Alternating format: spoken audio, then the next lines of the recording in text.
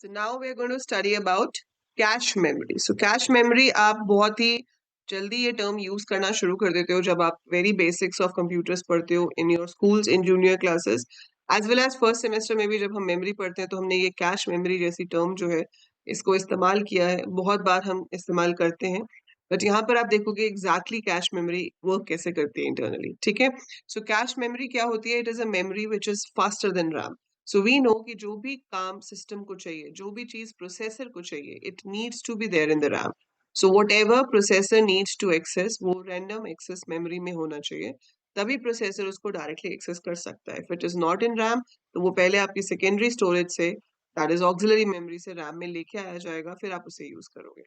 RAM से fast हो जाती है कैश मेमोरी, और कैश से भी फास्ट होते हैं आपके सीपीयू रजिस्टर्स, राइट। सो रजिस्टर्स के बाद आपके पास जो सेकंड लेवल पे आता है वो कैश मेमोरी आता है। सो मेमोरी हायरार्की में भी यही है कि सबसे पहले जो डेटा प्रोसेसर को चाहिए वो अपने रजिस्टर में देखता है, रजिस्टर में नहीं है तो फिर वो कैश मेमोरी में देखता है, कैश मेमोरी में अगर नहीं मिलेगा तो फिर वो रैम में देखेगा, रैम में नहीं मिलेगा तो हार्ड डिस्क में, और अगर हार्ड डिस्क में भी नहीं है तो फिर हम यूज ही नहीं कर सकते। So if it is not there in any of our secondary storage device, आपकी सीडी पेन ड्राइव कहीं पे भी नहीं है, तो आप कैसे यूज करोगे?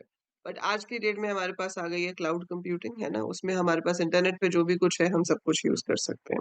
So that's another thing. But अगर हम पेरिफेरल डिवाइसेस की बात करें तो आपके पास जो स्टोर्ड है वही आप यूज कर सकते हो, अदरवाइज आप कुछ भी यूज नहीं कर सकते। ठीक है, कैश मेमोरी जो है वो पूरी की पूरी बेस्ड होती है on this concept which is called locality of reference.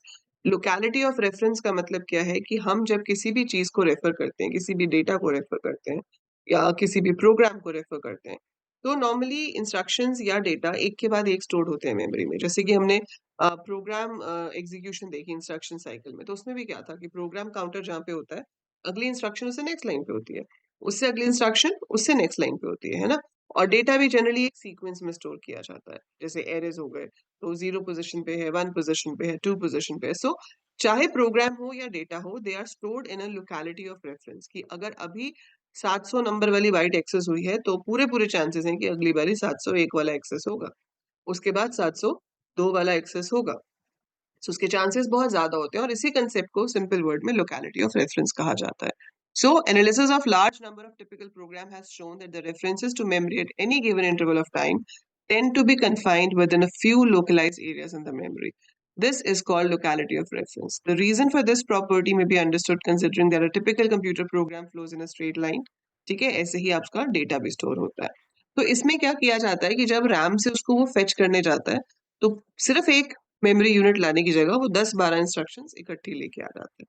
ठीक है, ताकि बार बार उसको रैम में ना जाना पड़े। So that's it, that is locality of reference. More over इसमें एग्जांपल दिया हुआ है कि सब रूटीन्स, जो फंक्शंस को हम कॉल करते हैं, तो अगर हमने एक फंक्शन को कॉल किया है तो ऑब्वियसली उसकी जितनी भी स्टेटमेंट्स हैं वो सारी स्टेटमेंट्स एक एक करके एग्जीक्यूट होंगी, तो वो पूरा फंक्शन ही कैश में ले आओ। एक लाइन रैम से कैश में लाने की जगह we can get the whole thing. ठीक है, सो बहुत सारे यहाँ पर ऑब्जर्वेशन हैं जिससे हमें पता चलता है कि लोकेलिटी ऑफ रेफरेंस बहुत अच्छे से काम करता है। फाइन। सो इससे हम क्या कहते हैं? If the active portions of the program and data are placed in a fast small memory, the average memory access time can be reduced, thus reducing the total execution time of the program. Such a fast small memory is referred to as cache memory. It is placed between the CPU and the main memory. ठीक है, the cache memory access time is less than the access time of main memory by a factor of 5 to 10. The cache is the fastest component in the memory hierarchy and approaches the speed of CPU components. तो register तो CPU component है ना? उसके बाहर जो fastest accessible memory है आपकी, वो cache memory होती है. So this paragraph is really very important for you. You must learn whatever is written here. The fundamental idea of cache organization is that by keeping the most frequently accessed instructions and data in the fast cache memory, the average memory access time will approach the access time of the cache. Although the cache is only a small fraction of the size of main memory, a large fraction of memory requests will be found in the fast cache memory because of the locality of reference. So locality of reference है इसलिए since उसी के आसपास वाली instructions जो है वो बार बार fetch होंगी या data बार बार fetch होगा, so आपको बहुत टाइम वो चीज कैश में ही मिल जाएगी। ठीक है, अब देखो बेसिक ऑपरेशन जो है कैश का वो कैसे होता है। When the CPU needs to access memory, the cache is examined first. If the word is found in cache, it is read from the fast memory. If the word is addressed by the CPU is not found in cache, the main memory is accessed to read the word if it is not found. अब जब not found है और वो RAM में गया तो वो ये नहीं है कि एक ही वर्ड को उठा के ले आएगा. A block of words containing the one just accessed is then transferred from main memory to the cache memory. The block size may vary from one word to 16 words adjacent to one just accessed. In this manner, some data are transferred to cache so that future references to memory find the required words in the fast cache memory. तो वो हम पहले से ही cash में ले आते हैं कि अगली जो फ्यूचर रेफरेंसेस होंगी वो उसको कैश में ही मिल जाए, और ऐसा होता भी है most of the time because of locality of reference concept. So उसकी वजह से मोस्ट ऑफ द टाइम हमें वो वहां पर मिल जाता है. तो जब एक वैल्यू को सर्च किया जाता है और वो कैश में मिल जाती है उसे कहा जाता है हिट, और जब वो वैल्यू को कैश में सर्च किया जाता है और उसको नहीं मिलती है so that is called miss. ठीक है, सो अगर मिल गया तो हिट, नहीं मिला तो मिस. और हिट रेशो क्या हो जाएगी? The performance of cache memory जो है वो हिट रेशो में कैलकुलेट की जाती है, which is total number of hits divided by total number of axes. तो अगर आपने 10 बार एक्सेस किया और आपको 8 बार मिल गया तो हम कहेंगे हिट रेशो इज 0.8. अगर आपने 10 बार एक्सेस किया 9 बार मिल गया तो 0.9. So hit ratios of 0.9 and higher have been reported because of locality of reference. ठीक है, सो ये हमारा फायदा होता है, इससे बहुत टाइम बच जाता है और आपका जो सिस्टम है वो एग्जीक्यूशन को और फास्ट तरीके से कर पाता है. ठीक है, सो ये तो हो गया व्हाट इज कैश मेमोरी, क्यों चाहिए होती है, क्यों फायदेमंद होती है. सो ये तो इसके एडवांटेज हो गए कि हमें क्यों कैश मेमोरी चाहिए. पर कैश मेमोरी सिस्टम में बनेगी कैसे, इम्प्लीमेंट कैसे होगी, उसके 3 तरीके होते हैं: associative mapping, direct mapping, set associative mapping. So basic characteristics of cache memory is its fast access time. Therefore, very little or no time must be wasted when searching for words in the cache. The transformation of data from main memory to cache memory is referred to as mapping process. और इस mapping को करने के ये 3 तरीके हैं जो हम अभी एक एक करके डिस्कस करेंगे कि किस तरह से हम इन मेथड्स को यूज करके जो एड्रेस सीपीयू ने रैम के लिए जनरेट किया है उसे कैश में से निकाल सकते हैं, है ना, क्योंकि सीपीयू तो रैम का ही एड्रेस जनरेट करेगा ना, पर आपको उसको कैश में लाना है, मैप करना है और अगली बार उसको कैश में से उठाना है. How is that possible? That is what we're going to study in mapping. So सबसे पहली मैपिंग है आपके पास एसोसिएटिव मैपिंग. हमने अभी पढ़ा था एसोसिएटिव मेमोरी क्या होती है ना. सो एसोसिएटिव मेमोरी का इस्तेमाल करके अगर हम मैपिंग करते हैं so that is said to be associative mapping. Direct mapping में आपको जो रैम का एड्रेस जनरेट हुआ है उसे समहाउ कैश के एड्रेस में कन्वर्ट कराना पड़ेगा. And set associative is a combination of both. ठीक है, let's see. Now to help in the discussion of these three mapping procedures, we will use a specific example. और इस example में हमने जो मेन मेमोरी ली है रैम वाली, उसका साइज देखो कितना लिया है, 32K. 32K मतलब कितने मेमोरी लोकेशंस आपके पास हैं, इंटू 12 मतलब हर किसी का साइज जो है वो 12 होगा, और कैश मेमोरी का साइज है 512. सो अब ये मेमोरी साइजेस आपको क्यों दिए हैं, क्योंकि देखो मेन मेमोरी में 32K, K का मतलब होता है 2 raise to the power 10, 32 is 2 raise to the power 5. मतलब जो सीपीयू आपकी मेन मेमोरी का एड्रेस जनरेट करेगा वो कितने बिट्स का होगा, 15 बिट्स का, है ना, यही मतलब हुआ ना इसका. सो अभी तक कंप्यूटर आर्किटेक्चर करते करते you should be very much clear about this thing कि अगर मेन मेमोरी है जिसका साइज है 32K तो आपको उसमें से एक मेमोरी लोकेशन को रेफर करने के लिए 15 बिट्स की जरूरत पड़ेगी, क्योंकि वहां पर 32K डिफरेंट मेमोरी लोकेशंस हैं. अब आप मुझे बताओगे कि अगर 512 कैश का साइज है तो एक कैश की लोकेशन को रेफर करने के लिए मुझे एड्रेस वाइज कितनी बिट्स की जरूरत पड़ेगी, अगर मुझे एड्रेस के अकॉर्डिंगली कैश में से फेच करना हो. So how many bits are required to mark the address of cache? Answer is 9 because 2 raised to the power 9 is 512. So इसका एक एड्रेस बताने के लिए मुझे 9 बिट्स की जरूरत पड़ती है. ठीक है, तो सीपीयू जनरेट कर रहा है 15 बिट्स का एड्रेस, लेकिन कैश में हमारा डेटा स्टोर्ड है which is just a 9 bit address. Fine. So चलिए देखते हैं अब ये होगा कैसे. सो पहला तरीका है associative mapping. The fastest and most flexible cache organisation uses an associative memory. क्योंकि एसोसिएटिव हमने पढ़ा कंटेंट एड्रेसेबल मेमोरी है, तो आपको यहाँ पर क्या स्टोर कराना है, सिर्फ आपको जो कैश मेमोरी है उसके अंदर रैम वाला एड्रेस स्टोर कराना है और जो डेटा रैम पे पड़ा है वो स्टोर कराना है. ठीक है, तो सीपीयू क्या जनरेट करेगा, रैम का एड्रेस, सीपीयू ने रैम का एड्रेस जनरेट किया जिसको हमने आर्गुमेंट रजिस्टर में डाल दिया जो कि 15 बिट्स का होगा क्योंकि रैम का एड्रेस 15 बिट्स का था। इसकी सारी कीज जो है वो 1 होंगी for the address part and for the data part it will be all zeros. जहां पर एड्रेस मैच करेगा उसके करस्पॉन्डिंग मैच रजिस्टर में 1 आ जाएगा तो उसका जो डेटा है वो रीड होके हमें मिल जाएगा। So the associative memory stores both the address and the content of memory word. This permits any location in cache to store any word from the main memory. The diagram shows 3 words presently stored in cache. The address value of 15 bit जो है वो आपके पास argument register में आएगी, फिर वो यहाँ पर मैच होगी, जिससे मैच होगा उसका डेटा यहाँ से फेच होकर आ जाएगा। So it's that simple. ठीक है, so ये आपका हो गया address data pair is then transferred to the associative cache memory. If the cache is full, the address data pair must be displaced to make room for a pair that is needed and not presently in the cache.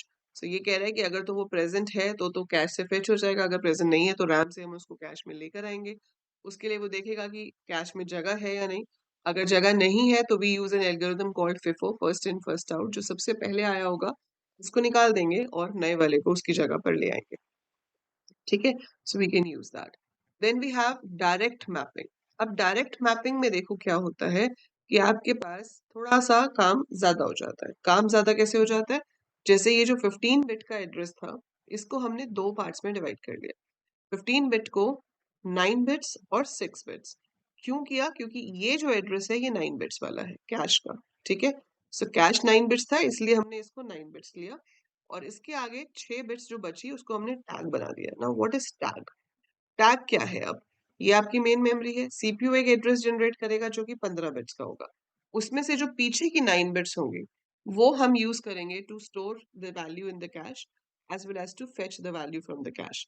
अब cache memory में दो चीजें store होंगी, एक तो ये वाली 6 bits जिसे हम टैग कहते हैं and the data. So it is going to store the tag plus the data. इस तरह से देख पाओगे, इसको समझ पाओगे यहाँ से कि हर कैश मेमोरी की लोकेशन पर एक टैग स्टोर्ड है और डेटा स्टोर्ड है। तो जब कोई भी सीपीयू से एड्रेस जनरेट किया जाएगा, जैसे कि मान लो ये एड्रेस सीपीयू ने जनरेट किया, तो इसके पीछे की 9 बिट्स ही हैं, ये ऑक्टल में लिखे हुए एड्रेसेस। ठीक है, ऑक्टल में लिखे हुए। ऑक्टल का मतलब है कि 1 ऑक्टल डिजिट जो है that is equal to 3 bits. तो एक ऑक्टल 3 बिट्स को रिप्रेजेंट करता है, इसलिए 15 बिट्स को हम 5 कैरेक्टर से रिप्रेजेंट कर रहे हैं और 9 को 3 से। सो ये पीछे की 9 बिट्स जो है 000 वो यहाँ मैच हो गई। अब लेकिन इसकी जो आगे की 6 बिट्स हैं वो बन रही हैं 01 और ये क्या है 00, मतलब मैच नहीं होता। लेकिन अगर ये वाला एड्रेस होता तो देखो ये मैच हो रहा है 1220। ठीक है, अब ये मैच नहीं होता तो क्या करना पड़ेगा? अगर इसको लेकर आना है तो इसको हटाना पड़ेगा। तो अब यहाँ पर 01 हो जाएगा, यहाँ पर चेंज होकर 3450 हो जाएगा ताकि अगली बार यहाँ से रेफर हो सके। But this is how it is matched. तो ये डायरेक्ट मैपिंग है कि पिछले की 9 बिट्स जो है वो सीधे यहाँ लेकर जाएंगी, फिर वो 6 बिट्स आप यहाँ पर मैच कराओगे। अगर वो मैच हो गई तो डेटा फेच होगा, अगर मैच नहीं हुई तो उसको रैम से हमें लेके आना पड़ेगा। That is called direct mapping. और इसकी एक रिस्ट्रिक्शन है कि आपके पास एक ही टैग स्टोर हो पाएगा यहाँ कैश में। Only one tag we can store, not multiple tags, क्योंकि उस एड्रेस पे एक ही टैग पॉसिबल हो पा रहा है। अगर एक को लाना है तो पीछे वाले को हटाना पड़ेगा। तो अगर आपके पास 000 है पीछे तो या तो आप इसको स्टोर कर सकते हो या इसको या 03000 को। सो वैसे तो वो भी सही है क्योंकि लोकेलिटी ऑफ रेफरेंस में ये लोकेशंस बहुत दूर दूर है और दूर दूर वाली लोकेशंस तो कैश में स्टोर ही नहीं होती है ना। तो उस वजह से इतना बड़ा हार्म भी नहीं है। पर इसको और अच्छा करने के लिए इसको हम सेट एसोसिएटिव मैपिंग बना सकते हैं। सेट एसोसिएटिव मैपिंग में क्या होता है कि एक ही जगह पर मल्टीपल टैग्स हो जाएंगे। तो अभी भी पीछे की 9 bits as an index use होंगी कैश में, लेकिन उसके अंदर मल्टीपल टैग स्टोर्ड हैं और टैग को जो मैच करने का मैकेनिज्म है वो एसोसिएटिव मेमोरी वाला होगा, कंटेंट एड्रेसेबल मेमोरी वाला। सो जो टैग्स हैं वो एसोसिएटिव मेमोरी की फॉर्म में स्टोर हो रहे हैं जिससे आप वहां पर मैच कर सकते हो। तो ये आपके पास इसमें दोनों चीजें होगी, डायरेक्ट भी हो गया, एसोसिएटिव भी हो गया, इसलिए इसको two way set associative mapping cash कहते हैं। सो ये तीन तरीके हैं जिन्हें हम यूज कर सकते हैं। तो अगर आपसे पूछ लिया जाए कि what are the various ways of mapping in cache memory, तो आपको ये तीनों मेथड्स एक्सप्लेन करने हैं, associative, direct and set associative. ठीक है, ये जो आपको यहाँ बीच में दिखाया गया है ये इसको फर्दर और डिवाइड कर दिया है कि एक तरीका क्या है कि इसके फर्दर पार्ट्स कर दो, ब्लॉक भी बना दिए। तो हमारे पास वर्ड, ब्लॉक, टैग, नेस्टिंग जितनी ज्यादा आप करोगे उतने ज्यादा डिफरेंट टाइप की वैल्यूज आप स्टोर कर पाओगे। तो इसमें क्या है कि हर टैग के लिए अब 8 वैल्यू स्टोर हो पा रही है। जैसे आप देख रहे हो 6 बिट्स का तो टैग है, 6 बिट्स का ब्लॉक और 3 बिट्स का आपका वर्ड हो गया। तो ये ब्लॉक और वर्ड, ब्लॉक 0 में आपके पास 8 टैग्स आ सकते हैं। फिर ऐसे ही ब्लॉक 1 में आपके पास 8 वैल्यूज आ सकती हैं। तो ये थोड़ा हार्डवेयर लॉजिक इसमें बहुत ज्यादा हो जाता है। So but this is also one way to implement it. ठीक है, तो इससे आप एक टैग पे मल्टीपल वैल्यूज को स्टोर कर पाओगे। जैसे इसमें प्रॉब्लम थी ना कि एक टैग में एक ही को स्टोर कर पा रहे थे, एक इंडेक्स पे एक ही टैग को स्टोर कर पा रहे थे। इसमें अब आप एक इंडेक्स पे मल्टीपल टैग्स को स्टोर कर सकते हो, वो फायदा हो जाता है। But again it would be expensive, क्योंकि इसमें बहुत ज्यादा आप वो कर रहे हो, सर्चिंग कर रहे हो, पहले इंडेक्स की, फिर ब्लॉक की, फिर उसके बाद टैग की। ठीक है, उससे बेटर ऑप्शन रहती है set associative mapping. It was mentioned previously that the disadvantage of direct mapping is that two words with the same index in their address but with different tag values cannot reside in cache at the same time. So a third type of cache organization called set associative mapping is an improvement over the direct mapping organization, in that each word of cache can store 2 or more words of memory under the same index address. Each data word is stored together with its tag, and the number of tag data items in one word of cache is said to form a set. Now, an example of set associative cache organization for a set size of 2 is shown in the figure वो हमने देख लिया already. This is the one. और इसमें आपका search हो सकता है। ठीक है, अब आपके पास ये चीज और इम्पोर्टेंट आती है इसमें, रिप्लेसमेंट एल्गोरिथम। अगर कैश फुल है और हमें एक वर्ड को निकाल कर उसकी जगह पर नया वर्ड लेकर आना है, तो वो कैसे होगा? उसके लिए जनरली 2 एल्गोरिथम्स हैं जो यूज होते हैं। ठीक है, इनको क्या कहा जाता है? Replacement algorithms. और बहुत ही इजी है, एक होता है फिफो, एक होता है एलआरयू। देखो, फिफो होता है फर्स्ट इन फर्स्ट आउट, कि जो सबसे पहले आया था उसको निकाल दो, उसकी जगह पे नया ले आओ। पर ये भी तो पॉसिबिलिटी है ना कि जो सबसे पहले आया था वो बहुत ज्यादा यूज हो रहा है अभी तक। हो सकता है ना कि कोई ऐसा वेरिएबल हो जो सबसे पहले आया था और वो अभी भी बहुत यूज हो रहा है। तो अगर वो सबसे पहले आया था, इसका मतलब ये नहीं है कि अब वो चाहिए नहीं है। तो हो सकता है कि वो अभी भी बहुत यूज हो रहा हो। तो उसकी जगह पर हम दूसरा एल्गोरिथम लगा सकते हैं, वो है एलआरयू, लीस्ट रिसेंटली यूज्ड। उस वर्ड को निकालो जो काफी टाइम से यूज ही नहीं हुआ, है ना? कोई ऐसा वर्ड जो कैश में पड़ा है बट बहुत देर से हमने उसको यूज ही नहीं किया, उसको हमने एक्सेस ही नहीं किया, so that means it's not being used for so long, तो उसकी जरूरत आगे भी नहीं होगी, तो उसको हम हटा सकते हैं। That is least recently used. ठीक है, right and read operations cash पे पूछ सकते हैं, तो राइटिंग इनटू कैश कैसे होती है? An important aspect of cache organization is concerned with memory write requests. When the CPU finds a word in cache during a read operation, the main memory is not involved in the transfer. क्योंकि main memory से वो चीज cash में आ चुकी है, cash से CPU ने read कर ली, ठीक है, काम खत्म, उसमें मेन मेमोरी का कोई रोल नहीं है। बट अगर सीपीयू, अगर प्रोसेसर कैश वाली मेमोरी में जो डेटा है उसको चेंज कर रहा है ना, रीड में तो कोई फर्क नहीं पड़ता, रैम से कैश में आ गया, कैश से सीपीयू ने ले लिया, अब एक बंदा रीड करे, 2 बंदे रीड करें, 4 बंदे रीड करें, डज नॉट मैटर। बट अगर आप उसको मॉडिफाई करा रहे हो तो वो अपनी ओरिजिनल जगह पे तो मॉडिफाई होना चाहिए, क्योंकि हार्ड डिस्क से वो चीज रैम में आई है, रैम से वो कैश में आई है। अगर कैश में मॉडिफाई होती है तो वो वापस रैम में होनी चाहिए, और फिर वो रैम से वापस हार्ड डिस्क में मॉडिफाई होती है। ठीक है, तो जब कैश में राइट ऑपरेशन होता है तो उसको कैसे ट्रीट किया जाएगा? इसमें 2 तरीके होते हैं हमारे पास, एक होता है राइट थ्रू और एक होता है राइट बैक। राइट थ्रू का मतलब है साथ साथ चेंज करा दो। अगर कैश में चेंज होता है तो साथ के साथ आप उसको रैम में भी चेंज करा दोगे। ठीक है, राइट बैक होता है कि अभी मैं कोई चेंज नहीं कराऊंगी, जब मैं उसको मेमोरी से निकालूंगी, when I remove it from cache, एक ही बार उसको फाइनली रैम में अपडेट कर दिया जाएगा। So the simplest and most commonly used procedure is to update main memory with every memory write operation, कि साथ साथ ही करा दो, with cache memory being update in parallel if it contains the word at the specified address. This is called write through method. This method has the advantage that main memory always contains the same data as the cache. This characteristic is important in systems with direct memory access transfer, जहाँ पर direct आपका किसी भी device को data अगर transfer हो जाए RAM से तो वो अपडेटेड रहना चाहिए। ठीक है, the second procedure is called write back method. In this method, only the cache location is updated during a write operation. The location is then marked by a flag so that later when the word is removed from the cache, it is copied to the main memory. The reason for the write back method is that during the time a word resides in cache, it may be updated several times. तो बार बार update करने की जगह एक ही बार हम and में कर सकते हैं। ठीक है? और वहाँ पर ये ज़रूरी नहीं है, उस तरह के प्रोसीजर्स में ज़रूरी नहीं है कि हम रैम को बीच में दोबारा से एक्सेस करेंगे। तो वहाँ पर इट्स सेफ कि हाँ, ठीक है, एक ही बार फाइनली हम उसको राइट करा देंगे। ठीक है? So that is write back and write through. Cache initialisation कैसे होती है? जब आपकी कैश मेमोरी स्टार्ट होती है, जब सिस्टम स्टार्ट होता है तो कैश बिल्कुल खाली होती है। तो उसमें आपके पास एक रजिस्टर होता है स्पेशल, जिसे हम वैलिड रजिस्टर कह सकते हैं, जिसमें वैलिड बिट्स होती हैं। Initially all the valid bits are 0, so the cache is initialised by clearing all the valid bits to 0, मतलब कुछ भी वैलिड नहीं है उसके अंदर। जैसे-जैसे उसमें डेटा आता जाता है, the valid bit of a particular cache word is set to 1 the first time the word is loaded from main memory and stays set unless the cache has to be initialized again. ठीक है? So that is your initialization of cache. और reading कैसे होती है वो तो हमने तीनों तरह की मैपिंग से देख ही लिया। तो जो भी मैपिंग यूज हो रही होगी उसके अकॉर्डिंगली कैश में से डेटा रीड होता है।